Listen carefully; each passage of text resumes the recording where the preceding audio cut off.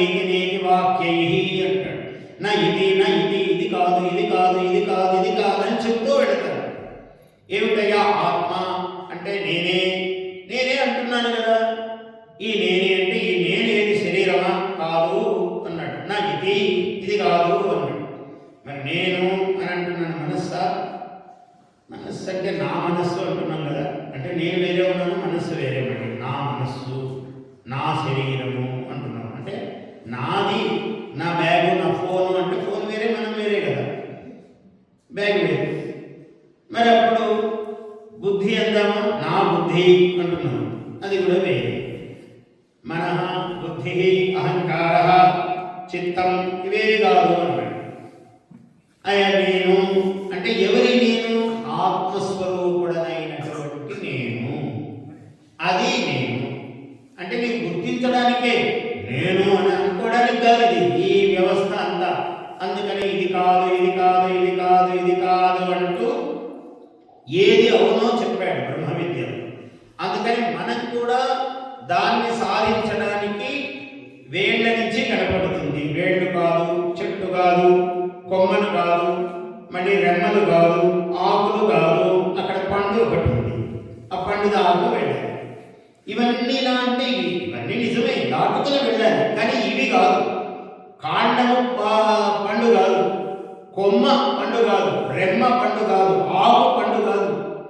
ఇవన్నీ చుట్టూ వృక్షానికి ఎలా ఉన్నాయో ఇవన్నీ కాక. అందుకని బ్రహ్మ విద్య అర్థం చేసుకోవడానికి బ్రహ్మ విద్య అంటేనే అమ్మవారు. విద్యా అన్నాడు స్త్రీలింగ శబ్దం, అమ్మవారు. ఆమె తత్వం ఎట్లా అర్థమవుతుందయ్యా అని అన్నాడు. ఊర్ధ్వమూలం అధశాఖం అశ్వత్థం ప్రాహురవ్యయం ఛందాంసి యస్య పర్ణాని యస్తం వేద సవేదవిత్ అన్నాడు భగవద్గీతలో. ఏమన్నాడు? ఊర్ధ్వమూలం వేళ్ళు పైకున్నాయి, అధశాఖం కొమ్మల కిందకున్నాయి. ఎక్కడైనా చెట్టు ఉంటుందండి ఎట్లా? కానీ ఉంది చెట్టు, ఇది గొప్ప చెట్టు అన్నాడు పైగా.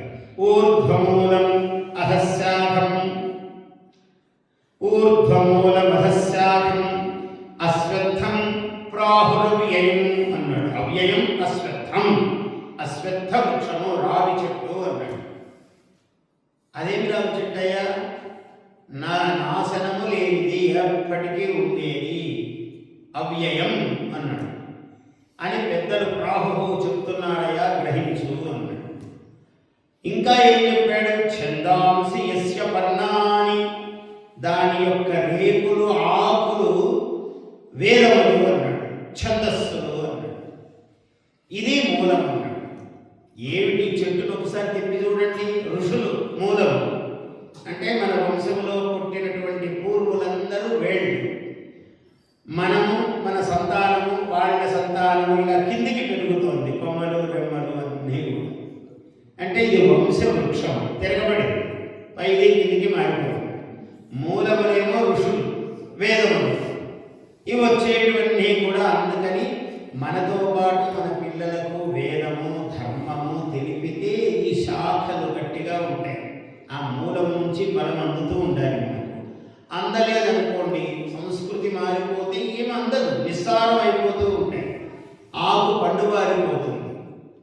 ఆకు దీనికి పూర్తిగా శక్తి లేదండి, మంచి పుష్టిగా పచ్చగా లేదండి అని చెప్తారు. ఏమిటి అంటే అక్కడి నుంచి అందటం లేదు, వేళ్లలో నుంచి శక్తి అందటం లేదు. అందితే పుష్టి తుష్టి శాంతి అని చెప్తారు. ఇదంతా అందాలి. Please subscribe to our YouTube channel. Like and share this video.